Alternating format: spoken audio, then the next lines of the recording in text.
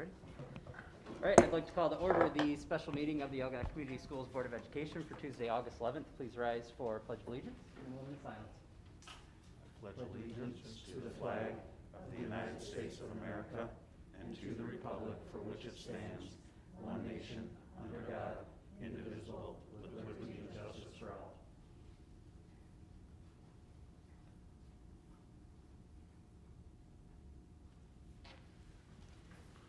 Roll call. Sharon Stiltner here. Phil Clark. Here. Heather Neal Roberts. Here. Janice Pasco. Here. Charles Bustertel. Here. Raymond Privilov. Here. Heidi Campbell. Mr. President, we have Okay, thank you. thank you. Before we get started, I'd like to make a motion to amend the agenda to include between items 3 and 4 a visitors and their requests section. So anyone can address the board if they have questions. Support. All right, moved and supported. Everyone's good? All those in favor say aye. Aye. Aye. Any opposed? All right, that passes. And with that, Mr. Latos?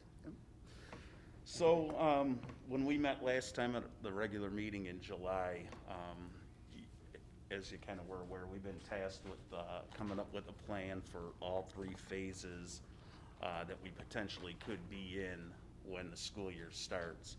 And so part of our task there was to put together a committee, which we did back in the early part of July. It consisted of parents from each grade level, or from at least each building level, teachers from each building, administrators. Janice represented us as a board member, and really had a pretty good mix of people. And we ended up meeting a total of 5 times because a lot of the stuff, as we kind of went through, a lot of things are required, as you probably saw in the plan that I gave you, but there are some things that we needed to consider, and based on a strong recommendation from the state level. And so I kind of, when you look at the plan that you guys actually got, that's kind of the boilerplate version. It's not this one, but it's the one that's on the template. And the template's a lot of fill in the blanks of what are you gonna do under this level, and it kind of went down. So tonight, I guess, let me start by just giving a real quick rundown of what it looks like phase to phase, and then we can talk a little bit further. So phase 3 is basically would be a step down from where we are currently in phase 4. Phase 3 would put us in what's non-face-to-face instruction. In other words, it would look a lot like it did in the spring, at least in terms of what we're allowed to do. It's basically, at that point, we would have our teachers presenting the instruction daily online.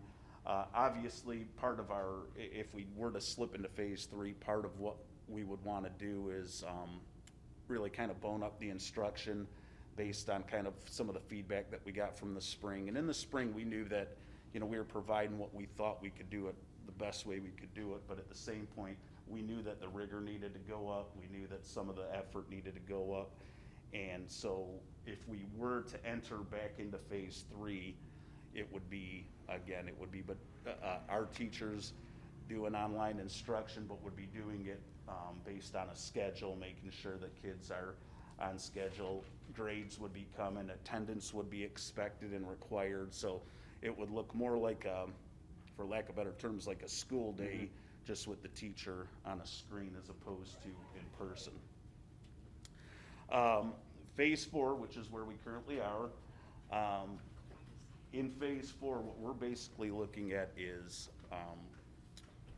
the option to have students in the building and to have staff in the building. Let me take a step back. Before we put our committee together, we sent out a survey to the community and had about 600 some responses, and asked a lot of those questions that people were looking to find out about, like, would you feel comfortable sending your student back in phase 4? Would you, what things would concern you? And we kind of took a lot of those results and kind of let that guide us and let that guide our committee through the phase 4 process. In phase 4, what we kind of came down to the realization of, we got a split community. People are feeling the need to get their students back in school, and then there's another group that's feeling the need to get them back in school but just doesn't feel comfortable yet. And so the task kind of became, how do we accommodate both groups? And so through some deliberation, through also doing some research into some online platforms, we came up with a plan that we thought would at least fit both groups. So students that would come in person would be here daily, just like normal, 5 days a week. Obviously with some pretty harsh restrictions. The number one elephant in the room is these things right here, wearing face masks. But that is a state requirement. So under phase 4, when students are here, in levels K through 12, that is a requirement, with the exception of elementary students in K through 5 in the classroom do not have to have them on. Okay. The social distancing thing was another issue that we discussed. Anyone that's went through a public school has probably could, you know, or sat in a classroom would probably realize that social distancing is very tough when you have 30 kids packed into a classroom. So what we would look to do obviously is spread out as much as possible.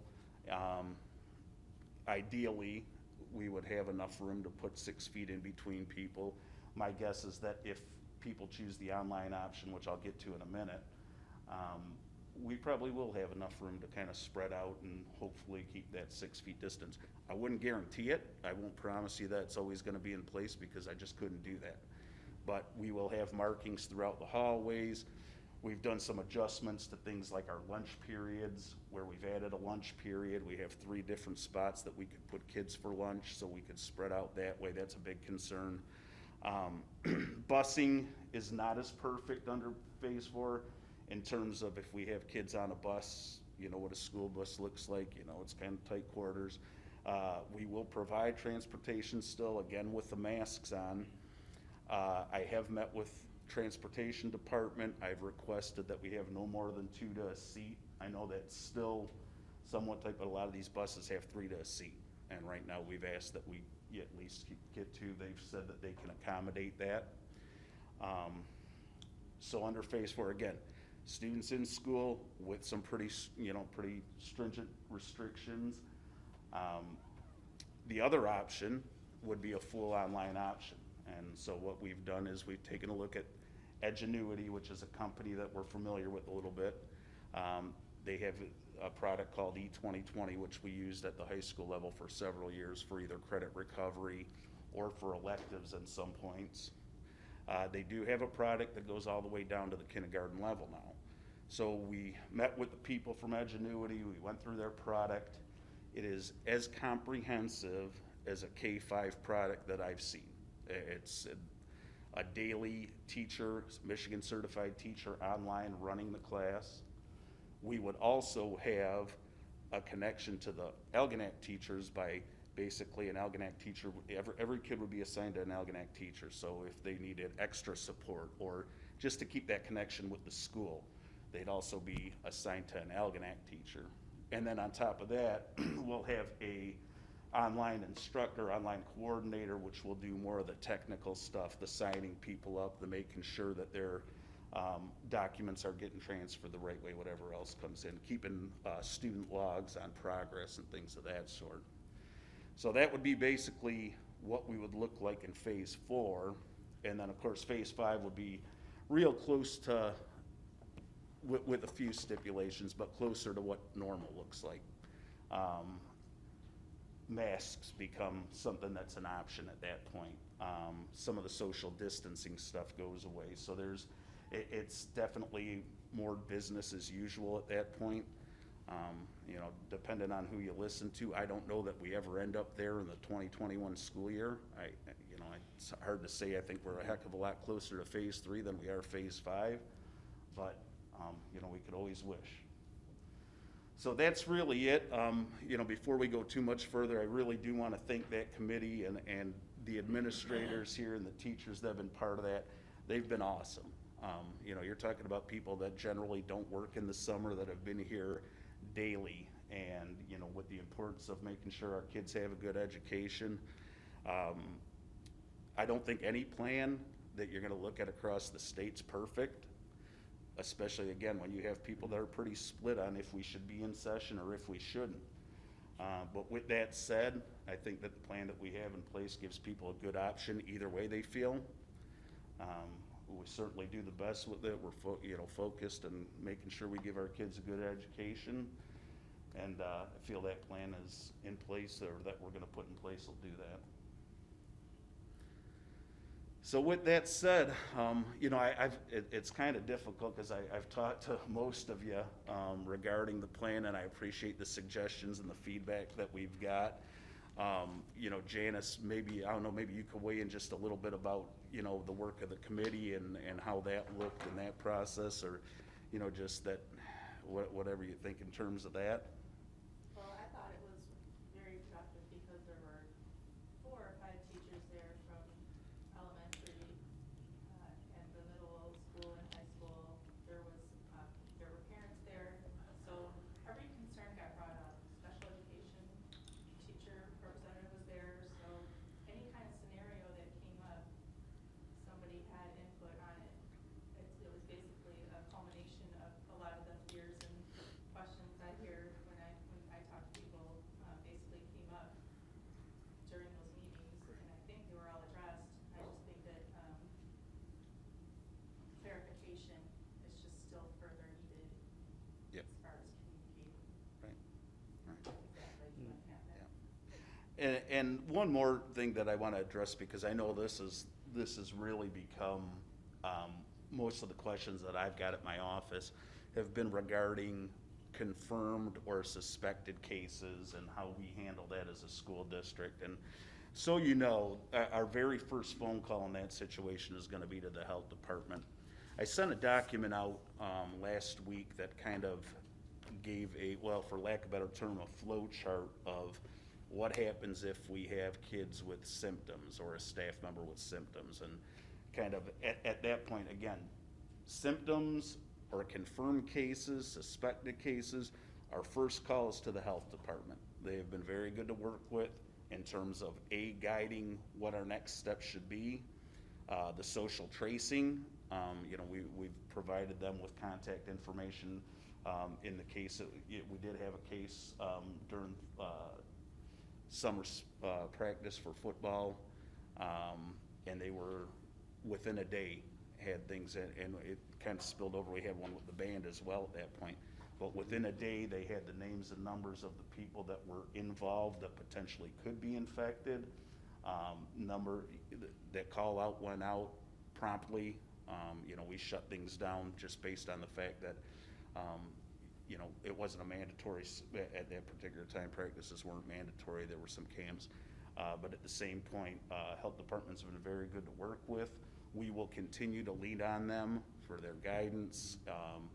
They are the experts, at least in terms of knowing what the best methods are, best steps are to take. So we'll continue to lean on them throughout the year and throughout the end of the summer here. And today's the second day back, right, into regular practices? Second day So for, far. right, well, yes and no, it is, but we're with football anyway, Okay. they're still in a spot where they're doing more of the conditioning, no pads, no hitting, that type of stuff. We expect more guidance at the end of the week, hopefully from the MHSAA, which is the ruling board for high school athletics in the state. They have been inching their way towards a decision. They've lightened up a little bit in terms of, we're going to let you start on the 10th, but we're not going full throttle yet. If you watch what's happening in college football and some of these things, there's a lot of shutdowns right now. I don't know what the plan is for our state will be, but I wouldn't be shocked if they came and said, you know what, we're going to take the fall off, or at very least pushed it back a little bit. But again, we'll be up to date on the guidance from the state on that too. Anything else? Question? Yep. Could you just mention for the people here tonight to reiterate what happens when I spoke to you before about having a child that they're uncomfortable to send them to school, want to do online, come January, second semester, where they're more comfortable with how we're doing things and whatever, and they'd like to send their child back for second semester? Yeah, I'm glad you brought that up. That's a good question. So one of the deals that we have, or one of the agreements that we have with the Edgenuity group, who does our online stuff in phase 4, is that we've asked for a grace period once the school year starts, because it's like anything, until you fully get into what the product is and what they have to offer and how a day would look, you really don't know exactly what you're getting. So we did have parents that said, well, what happens if we try it for a week and we don't like it? Then what? The Edgenuity group is allowed to give, has been kind enough to give us 2 weeks in which we can still pull a child back out, and they go through 2 weeks, and all of a sudden somebody at home, or the child who, you know, maybe didn't want to go, wants to go back, or there's a conversation at home where they've decided that maybe the best option is for the child to go back, they do have that option.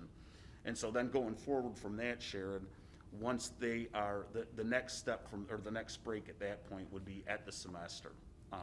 We wouldn't lock them in for a full year, but if they've gone past the 2 weeks and they're already down that path and into September, the expectation would be they would complete that semester, which would be mid-January. And then if they want to come back to us in the second semester, they'll already have a schedule, because they'll already be scheduled to a teacher, and it should be a seamless transition back in.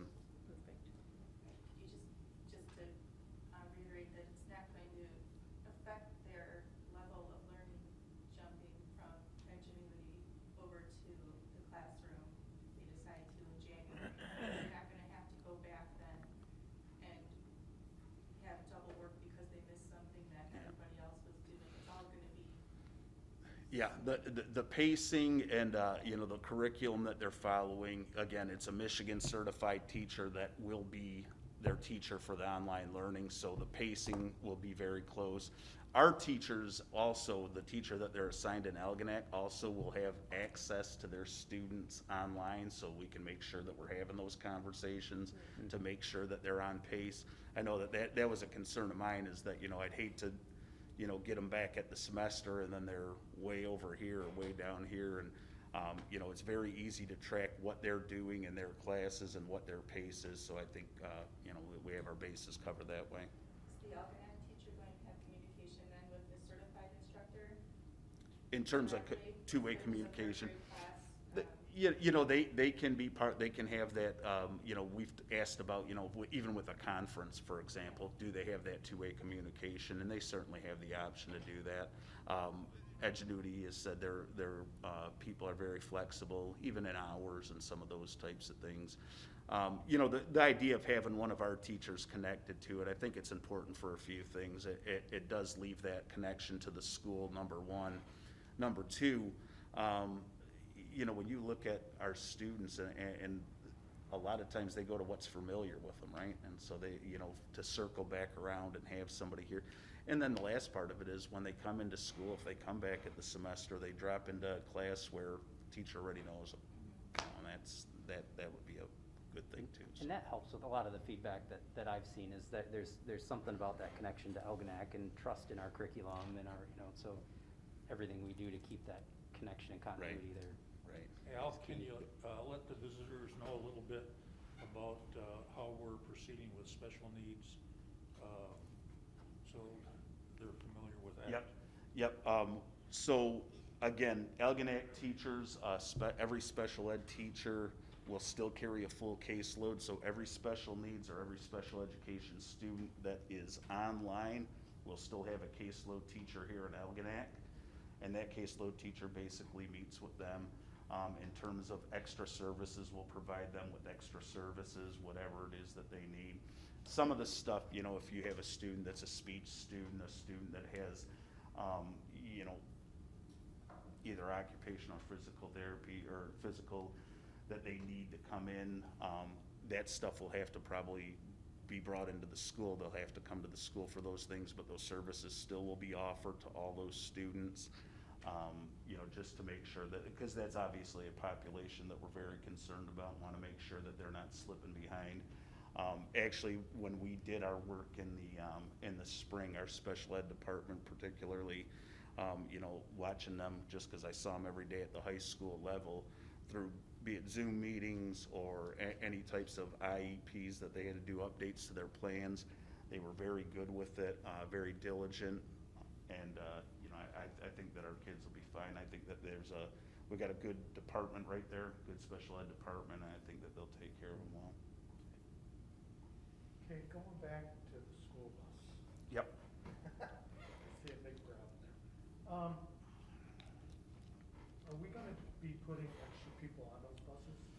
Because, I mean, the school bus driver needs to focus on what they're doing instead of looking to make sure that little Jimmy's got his mask on. Yep. And if little Jimmy takes it off, then you know there's gonna be other ones that are gonna start freaking out, and Right. a bus driver can only do so much. Yep. And I mean, I guess, Ray, the best way to say it is we probably have to do it on a case-by-case basis. I mean, obviously, if that becomes an issue for us, you know, we have some buses where we've got more kids on. I talked about potentially adding a route to even disperse more.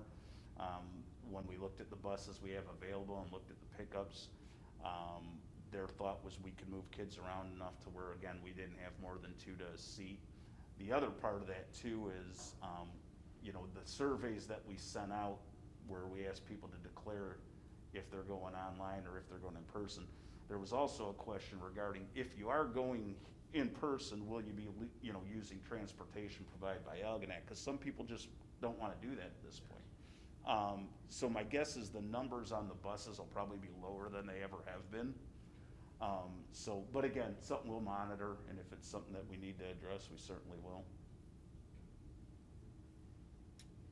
Hey, Al, a couple, and I already know the answers, but just to clarify a little bit for Yep. everyone. In the phase 3 scenario, you mentioned like what we did in the spring, but the goal really is to do it, make it as much like normal school day, right? Yep. For those kids, and there's been more, like the teachers have gone through training over the summer, right? For the Yep. Google Classroom suite, so we've got new tools. Yep. Right, and things like that.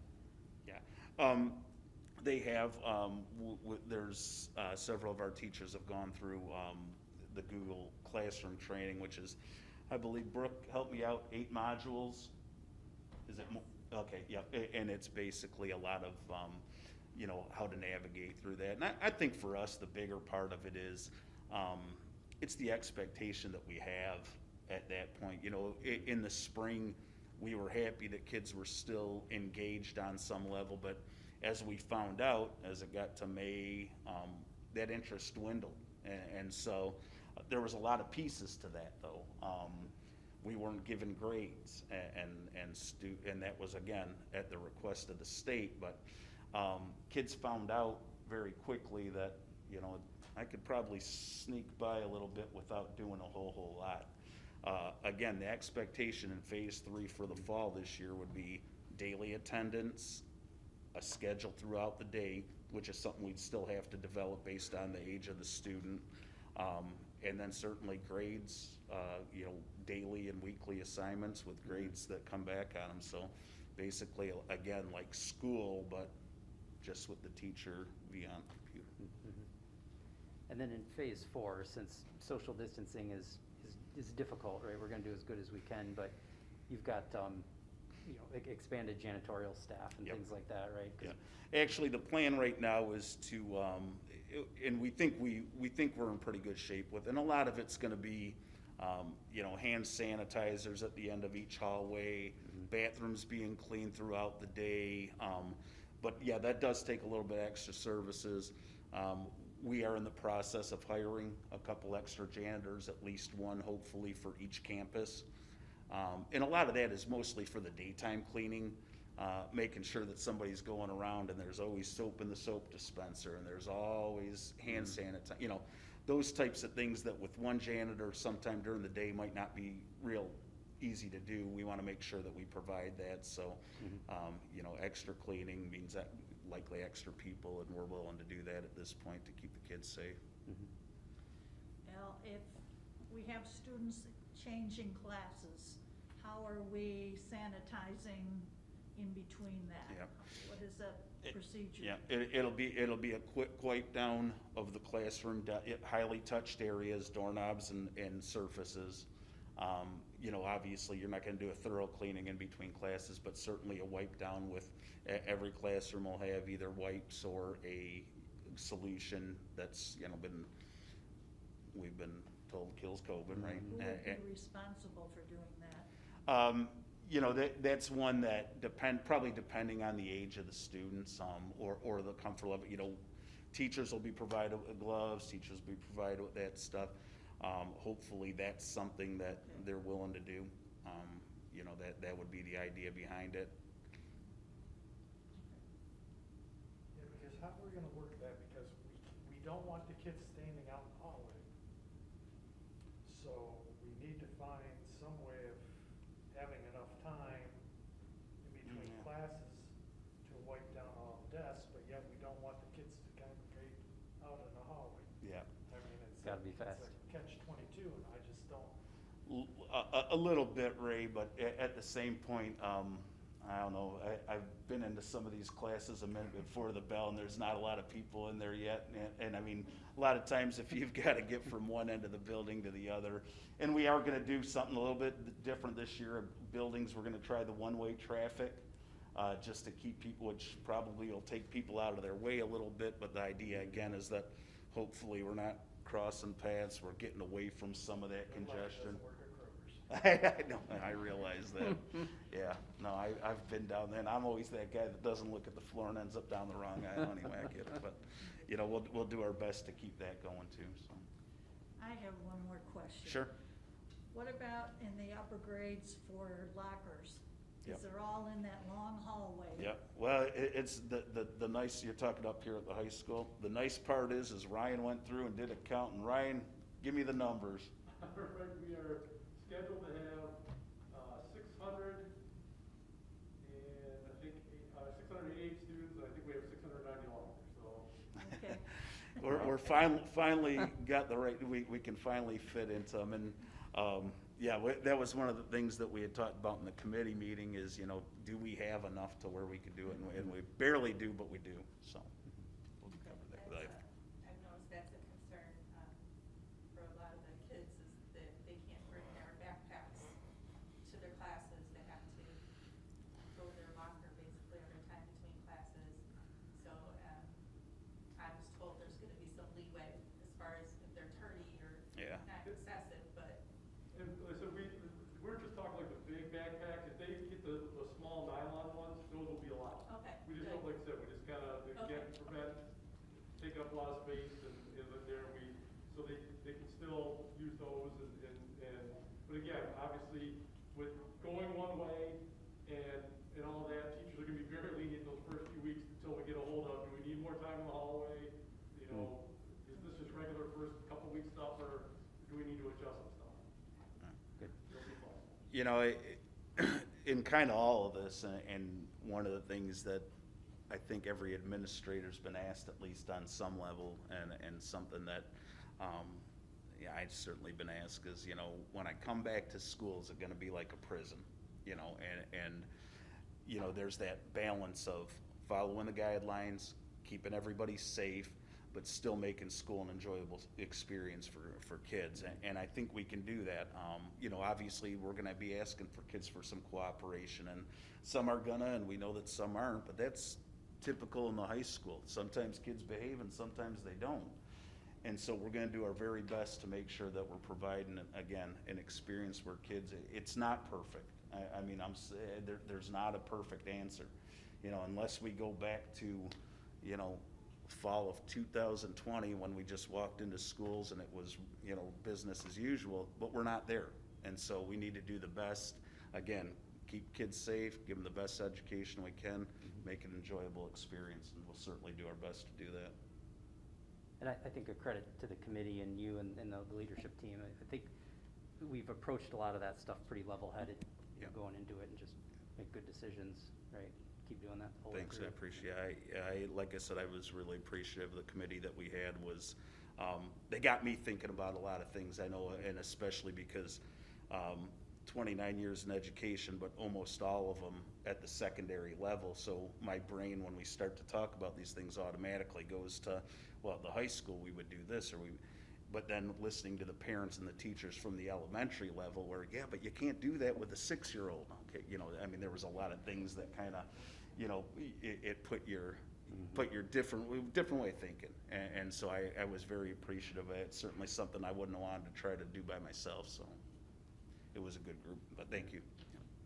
And then in this here that you've got here that you shared, this is intended to be kind of this living, breathing, if there's curveballs or things we learn or new things, the intention Add is to to kind of that, keep yeah. adding to this. Yeah, when we put this together, this was kind of, you notice this came out after we put out our first big, communication. And really, this was started as more of a frequently asked question kind of document of, these are the things that keep getting brought up. People are asking about the social distancing. People are asking about masks. People are asking about, so we were able to take that stuff and kind of turn it into this document. But yeah, certainly as things come along, and then, like I said, adding that piece with the health department, because that covers an awful lot of scenarios. And even the health department, when we've met with Dr. Mercantile at the health department, she's been very adamant about the fact that you realize every case, every phone call they get is going to be different a little bit. And so it's probably going to be handled a little bit differently. And so people are looking sometime for the cookie cutter answer of, well, if this happens, does everyone go into quarantine, or there's a bunch of different scenarios that might lead to how we react to that. But again, it's nice to know that they're going to guide us on that. They'll take the lead, and we certainly will follow through on what they need from us. I have another. Yep. As far as the online learning, could you just talk about how Edgenuity is on par, at the very least, and the advantage of having that over going to a private virtual academy? Yeah. Again, we've looked into some of the other things out there. Michigan Virtual has some stuff. K-12 Online has some things. This is the product, again, first of all, it has the K-5 component, which very few of them do. Michigan Virtual is a 9-12 product. You have some that'll stretch down to 7th grade, but there's not a whole bunch of K-12 ones. And then to find one that follows a Michigan curriculum is a whole nother piece. So, a lot of the choices in that were based on this. And then if you go on there and take a look, would a 2nd grader be able to go on and log in and do all this stuff and by themselves?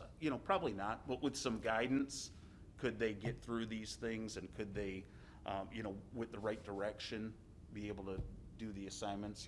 The answer would be yes. So we like that component of it. We like the component of the teacher being able to communicate not only with our staff, but also with the parents and the students. That's a big part of it. And then again, the fact that we can always go to them, they're very flexible. If there were certain pieces that we might want to, we're focusing on this week, could you adjust your lessons possibly to, meet up with what our science teachers are doing? There's that flexibility too. So I don't know if hopefully that answered your question. Can they get online before school starts to check out? Oh, yeah, actually, Thursday, we have an open house, virtual open house with Edgenuity. And so the open house, and did we post those, or we have post the times tomorrow? No, tomorrow morning, 'cause I just got the links earlier this evening. Yeah. But, and I'll put them out tomorrow morning, but there'll be a 5 o'clock Zoom for the K-5 portion, and then there'll be a 6 o'clock Zoom for the 6-12. And there'll be, I think, Melissa, you're gonna be on for the K-5. And then they'll have their technical people on there to kind of talk about it, explain things, and then if there's questions for us, specifically the school, they can ask us. And like I said, I'll be on for the 6-12, and we can discuss there, but they'll have that so they can kind of look at and ask questions. Ray, they kind of walk you through a dummy account, so to Yes, speak. because a lot of parents are going to. Yeah, no, it'll be a good look. I mean, that's really when we asked Edgenuity to do, come present to us, that was exactly what they did. Same thing, okay, here's what you do, and they kind of walked you through what a typical 2nd grade lesson might look like, or what, so yeah, but that'll be available Thursday evening. Great. Anything else? And again, if I could, just to reiterate again, so this is an important part too, is because it is, again,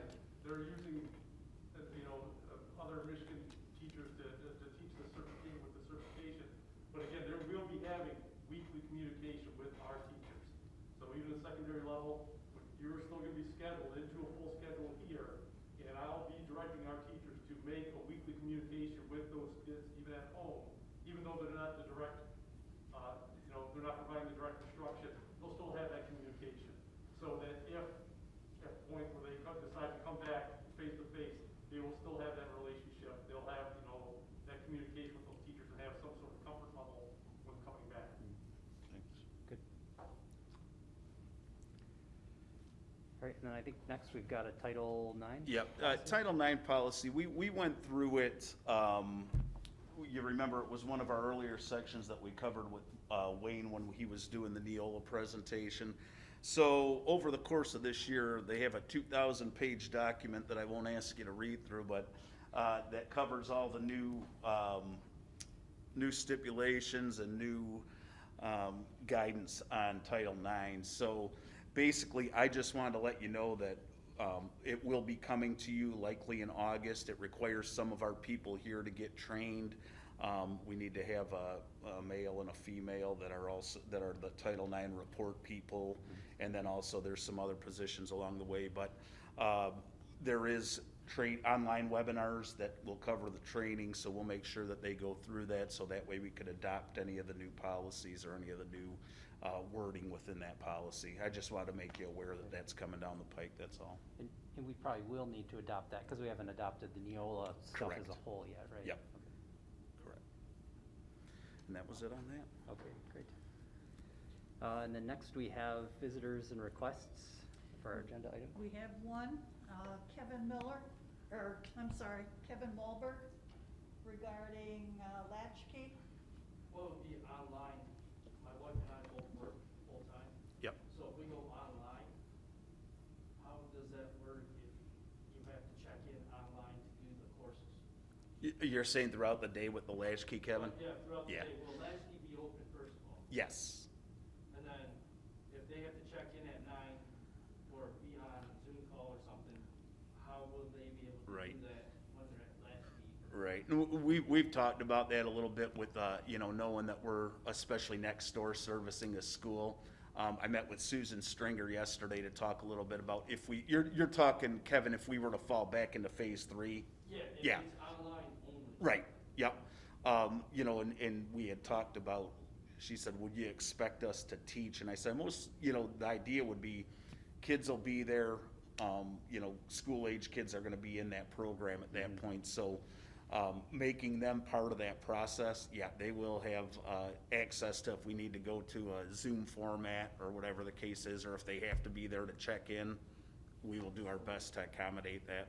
So will I have to provide a computer or something, or will the school provide it at latchkey? We have devices for students that are in need of them. If we have kids that, don't have a laptop or that don't have access to them, or it's a desktop, we do have devices that we are willing to borrow out.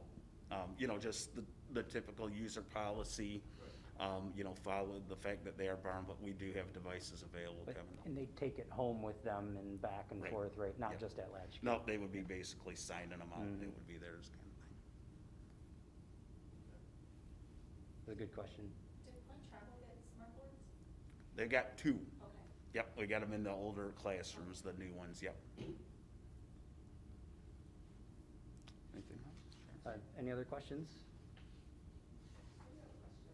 Yep. With Edgenuity, if you choose, I want my kids to be in school as much as possible, but say we start the school year and we realize within that first 2 weeks that this just isn't for me, can we change and go to Edgenuity at that point, or is it just only if you do Edgenuity you can change and go back to school after? Yeah, and it's a good question, because we had the conversation of what happens if we get into October and we get kicked back into phase 3, then what's the plan? Obviously, if that were the case, it would go back to our teachers doing the instruction. In a situation like that where, you've started with us, can you jump in on Edgenuity? I guess we would probably have to look and see in terms of how we could seamlessly put them into there. Could they jump in where they are currently? I don't know that answer, but I could get it for you. A lot of it would be based on, because, my guess is they'd probably have to do a little catch-up if we were able to make that work. but let me look into that. I want to get you a better answer than that. Yes? I have a question with Edgenuity. You said that there's Michigan State certified teachers. Is that one teacher for third grade, one teacher for fourth grade, or is there 3 teachers for 600 students? Do you know what the ratio is?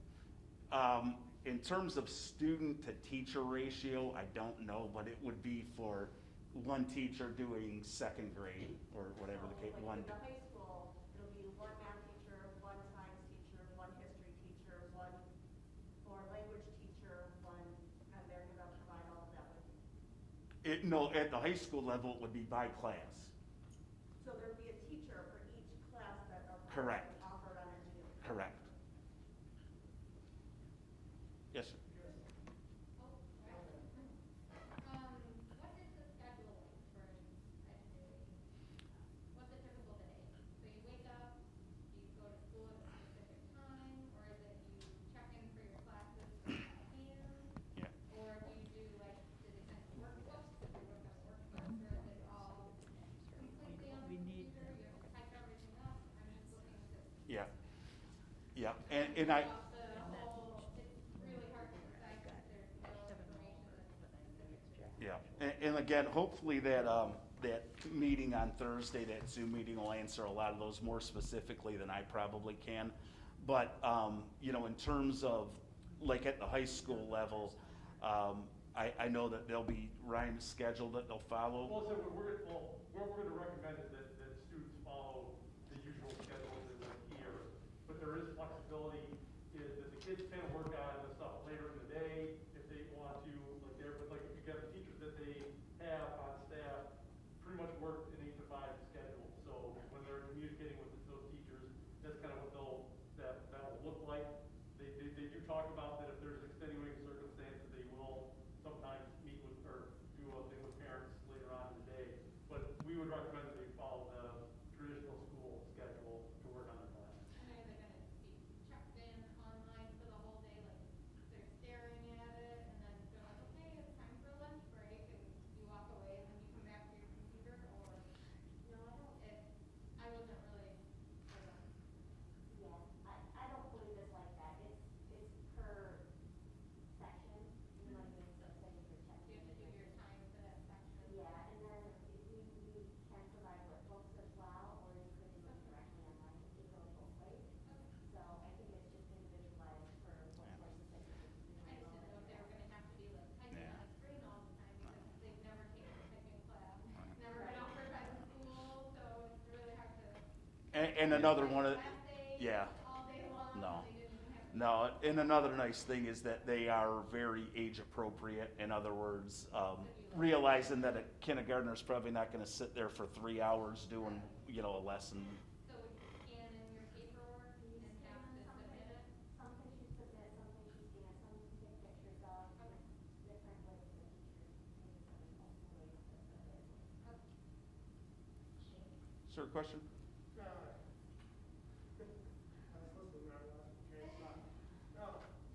What are kind of like the plans, more specifically, my kids are, the oldest one's going into 4th grade and we're looking at preschool for the youngest one, so what are your plans kind of for like the K through 6 that, to wear for masks? Because I've seen you with the mask below your nose, Yeah. so I mean, obviously you don't even like to wear the mask appropriately for an extended period of time. Right. So what are the plans for the kids to, Right. and just so you know, I'm not necessarily for the masks. No, I understand. So, I mean, it's just like, because right now, my oldest son who's going into 4th grade, he doesn't even want to go because he doesn't even want to have to wear a mask. Yeah. He said he will if he has to, but, you know, my wife and I have talked, if it goes to mask full-time in classrooms and everything for everybody, it's probably gonna go. Yeah, fortunately, the K-5 group gets a little bit of a break, so to speak, because in the classroom, they're allowed to have them off. It's optional, they can wear them, but they're also allowed to do without them. It's in the passing time, it's in the common you know, when they're in the hallway and passing, the expectation is that they'd have them on. Where's the enforcement aspects of how is it gonna be enforced? What happens if the kid doesn't keep it on? Yeah. I mean, if you have a second grader that, you know, the first time we went into a store after the masks were mandated for everybody going out in the stores and everything, my younger son had it up within 30 seconds of being in the store. Yeah. And swinging it around. Right. Hey, you're supposed to be wearing it, not twirling Yeah. it around with a finger. Yeah, well, and we're expecting to probably have to do a lot of redirecting. You know, we understand that, and, you know, again, we'll ask for the parents' reinforcement at home, especially at that level, knowing that, you know, you don't have to have it on the entire day. You know, in fact, the majority of the day when you're in the classroom, you don't have to have it on. It's just, you know, we're gonna attempt to make it, as less of a threatening thing as we can. We don't want to make it a hammer discipline, you know, that type of thing. But at the same point, you know, it's a guideline from the state that we're forced to follow, nothing that we you know, I think the last thing teachers and administrators want to do is have to deal with that all day. But at the same point, you know, that is, again, a guideline that's way beyond what we can decide that's coming from the state level. No, and I understand that. So Yep. I guess if I can, another question too, is anybody, because I'm not involved with the state, so to speak, but has anybody talked about the psychological effects of the children wearing the mask? Both my kids have been involved with the IEP for speech, so where people are very visual, kids especially need to see, you know, the teacher's mouth and stuff when learning. Has any of that been discussed that you've heard from at the state level? Yeah. Because it's kind of crucial to learn. Yeah, no, it is, and I think, you know, with hopefully with some of the special education services that we can provide, you know, we have talked about the possibility, or can, when they're doing the speech, can they wear a shield, some of those types of things, you know, where they can see the lips and those types of things. In terms of the psychological stuff, I can't really speak to that. I haven't heard anybody that's, you know, come down and said that. Again, that's, you know, something I probably couldn't address, the psychological part of it. Good question. Yes. Hi, don't take this the wrong way. I apologize ahead of time, but with going back into school in the high school, you can't guarantee the kids are gonna wear masks. You can't guarantee they're gonna be 6 feet apart. You can't guarantee that the buses are gonna be safe. So really, we can't guarantee anything, right? And so, you know, it's And it's no. not, I'm not being mean or rude or stark-minded, I'm just saying. I understand. When it all comes down, Yeah. there's really nothing we can do. Yeah, I understand exactly what you're asking, and I wouldn't guarantee that kids are never gonna be within 6 feet of each other. I wouldn't guarantee that a kid's not gonna go around the corner when someone's not looking and pull their mask down. You can't get a K through 6 to wear a mask. Good luck with the high school students. Yeah, That's gonna be their number one fun thing, is to take the mask down with their hand and put it on another person. And I'm sure we'll deal with it. But in terms of, you know, and that's why I said I won't guarantee that won't happen. What I can tell you is that we're gonna follow the law, we're gonna follow the rules the best we can, we're gonna try to enforce the rules at the school the best that we can, and we're gonna hope that students respect that. But the teachers are gonna be teaching in the hall, or cleaning out their desks, possibly cleaning down hallways during the time. And they're gonna be solely counted on to require that the students wear masks. I mean, that. And again, like he said, you know, you don't wanna be a hammer and you don't want psychological things. But on the other hand, you're 8th to 12th grade or 7th to 12th grade. It was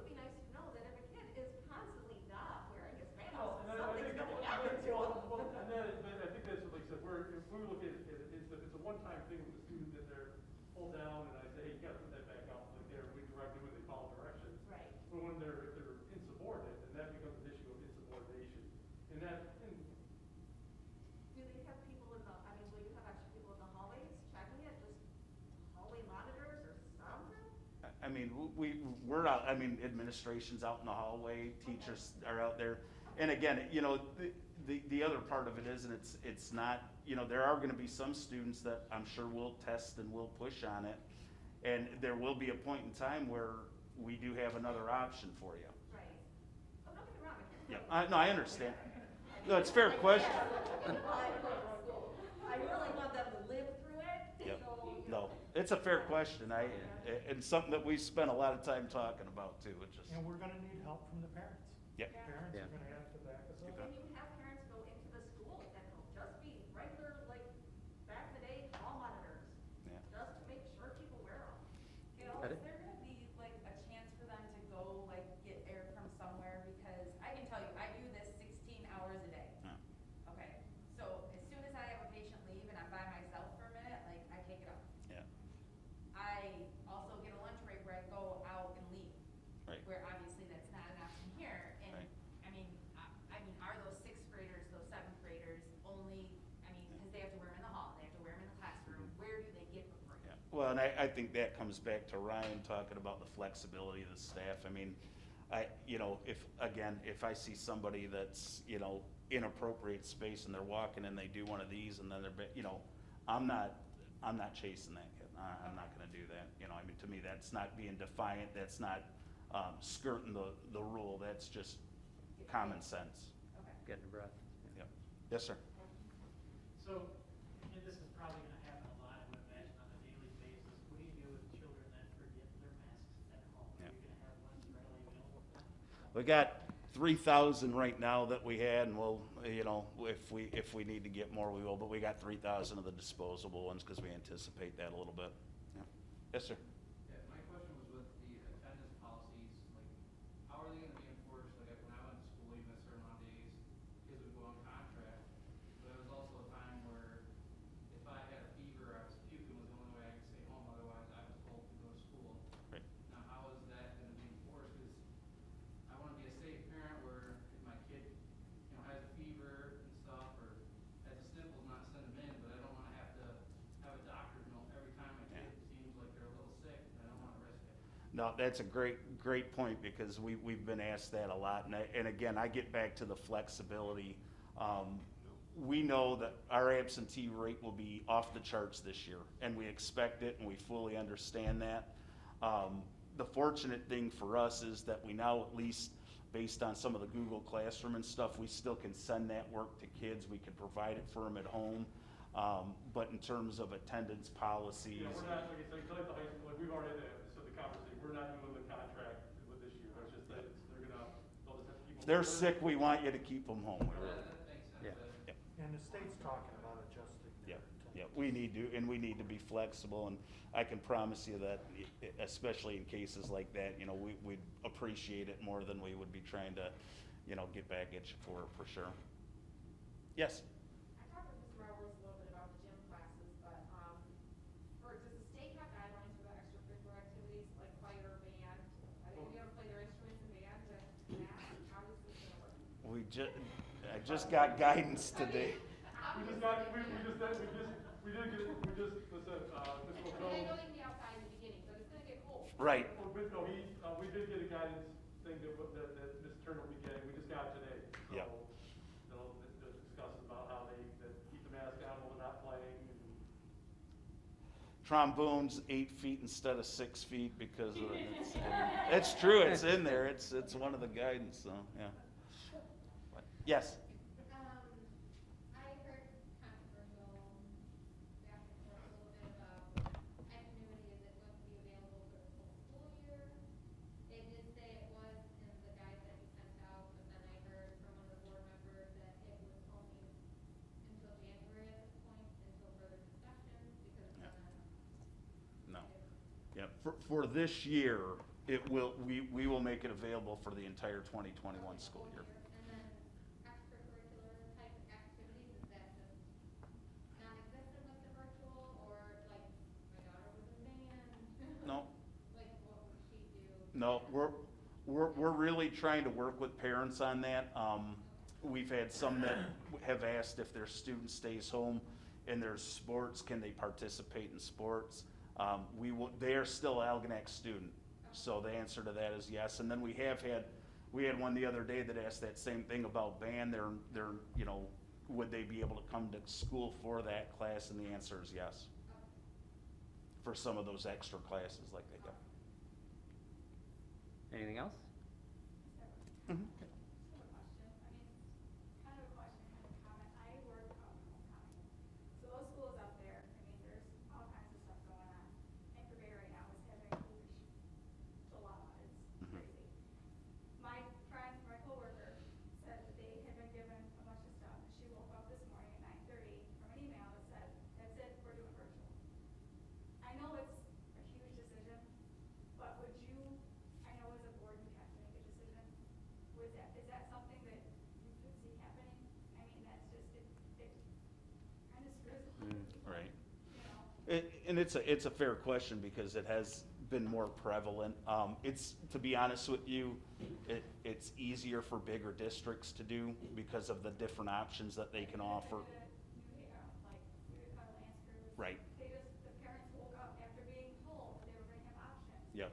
They woke up this morning to an email saying, we're going virtual. Right. Like they have no option. Yep. Like that's all they can do. Yeah, and my thought is, we've had these conversations amongst the board and amongst the staff, and, you know, my belief is that students being here really is the best option for them. I mean, I'm a 29-year educator, I want kids in front of me, and so, right.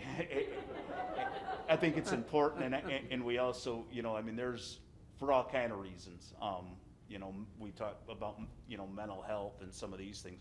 Kids need to be here, and we believe that. So I will do my very best, unless we go into phase 3, which, you know, unfortunately. I get that, Yeah. I understand that, but if we Yep. can work as a state and get into state phase 4 and go forward instead Yep. of backward, I think it's crazy for districts to say, well, we're just gonna do this year, because there's a lot of parents that can't do it. Yep.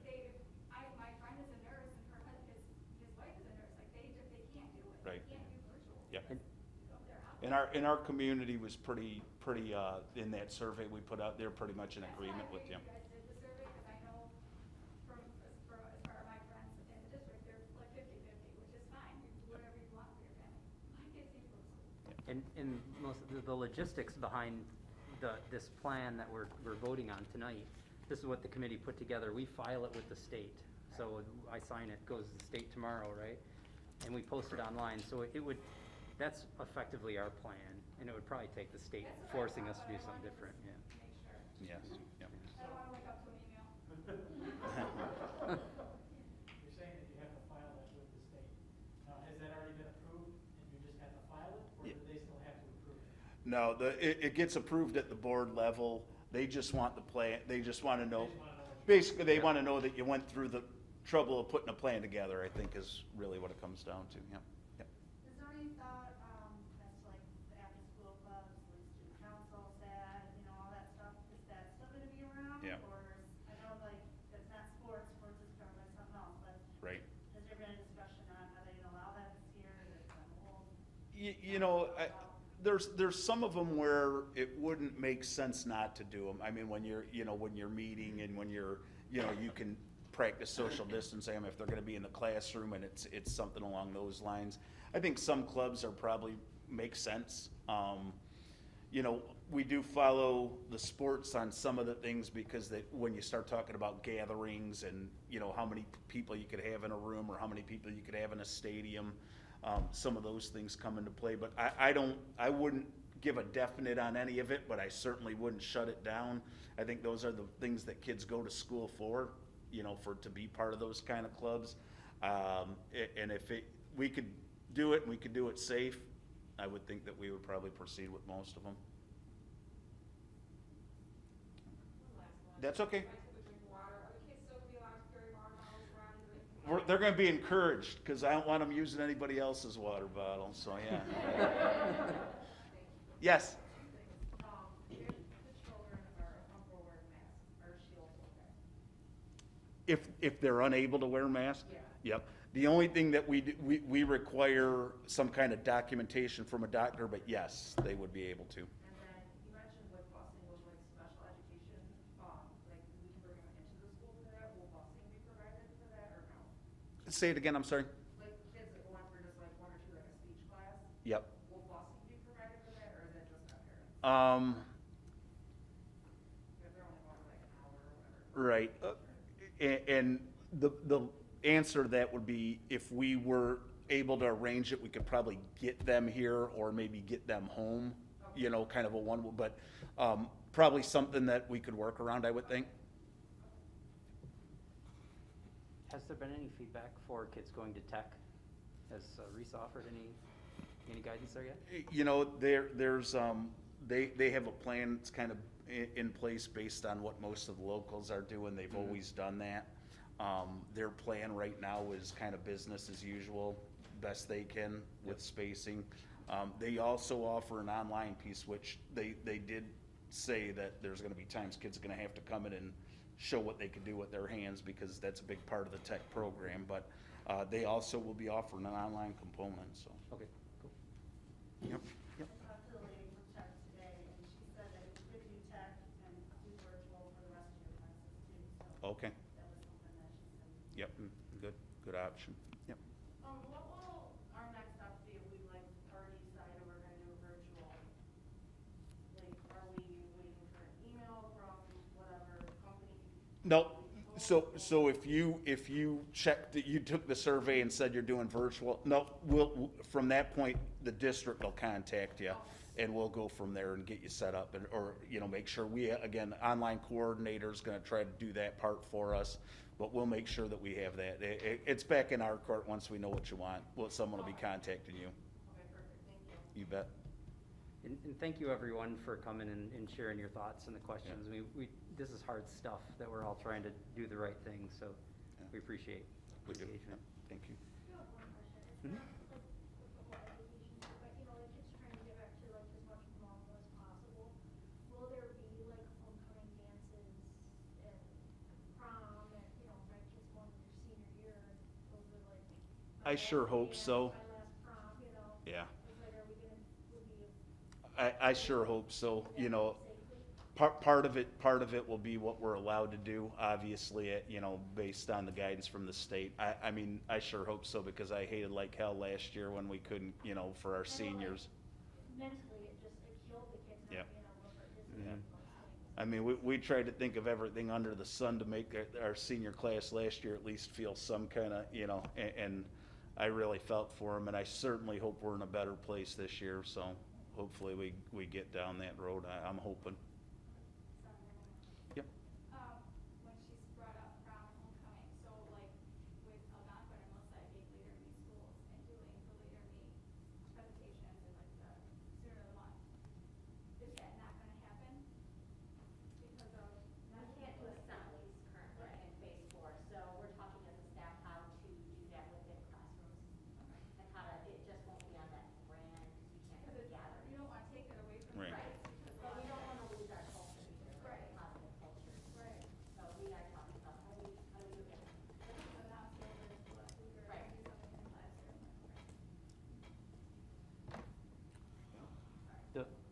Did you have something, Chuck?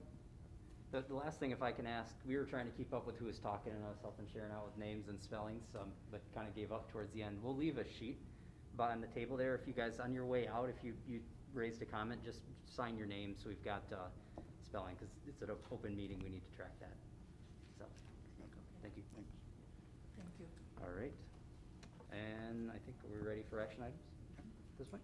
I'll make a motion, the Board of Education approves the recommended COVID-19 preparedness and response plan that was developed and followed by the MI Safe School Roadmap guidelines. Support. Moved and supported. Any other comments? Questions? Just to say, we're gonna try to do the best to make normal and as safe as possible. You bet. That's right. It's not gonna work every day. That's a big thing that I've been noticing, just like scrolling through Facebook, like, it's gonna be a lot on the parents too, like, the more positive you are Yep. towards your kids, with your kids and comments, like, it's gonna help. You Like, bet. I'm doing the best I can, because my kids, they wanna come back to school. They're excited. My 9-year-old, she said, so if I have to wear a mask, I just have to wear it into the school and in my classroom. I said, yes. Once you're in class, you can take it off. I said, but if you were told to put it on, you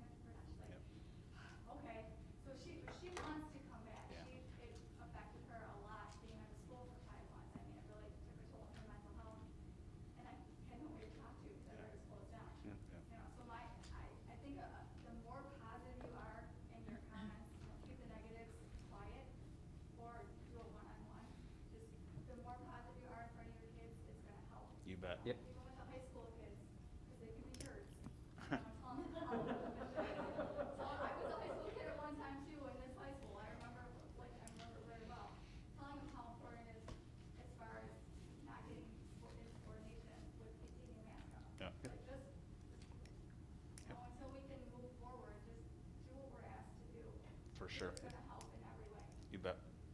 Thank you. And with that, all those in favor say aye. Aye. Any opposed? All right, that passes. And I'd like to make a motion to adjourn. Support. And moved and supported. All those in favor say aye. Aye. Any opposed? That passes. Thank you. Yeah, thank you, everyone.